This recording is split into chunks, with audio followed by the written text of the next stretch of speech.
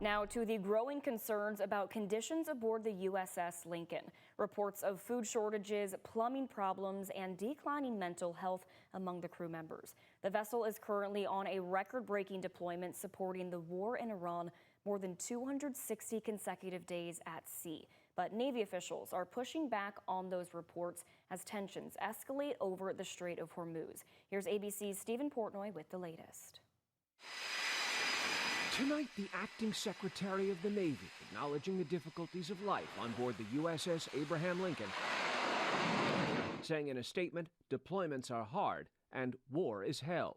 But for a brief stop in Oman last month, the crew of the aircraft carrier hasn't seen a port of call since the ship left Guam last December, a record stretch at sea.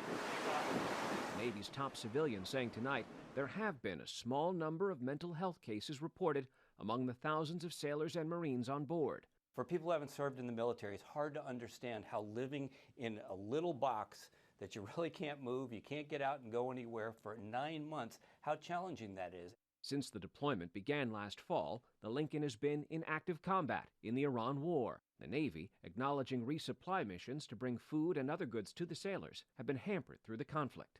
Some of the shortages we're hearing about on the Lincoln are caused because the Iranians have taken away the normal resupply ports that the U.S. has used in the Persian Gulf.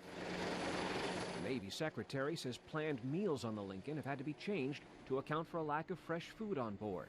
A Navy official says the crew has relied on frozen and canned food, stressing no meals have been missed. The Navy says the Lincoln will now soon be heading home as part of a planned rotation. The U.S.S. George Washington is expected to take its place within the next 2 weeks.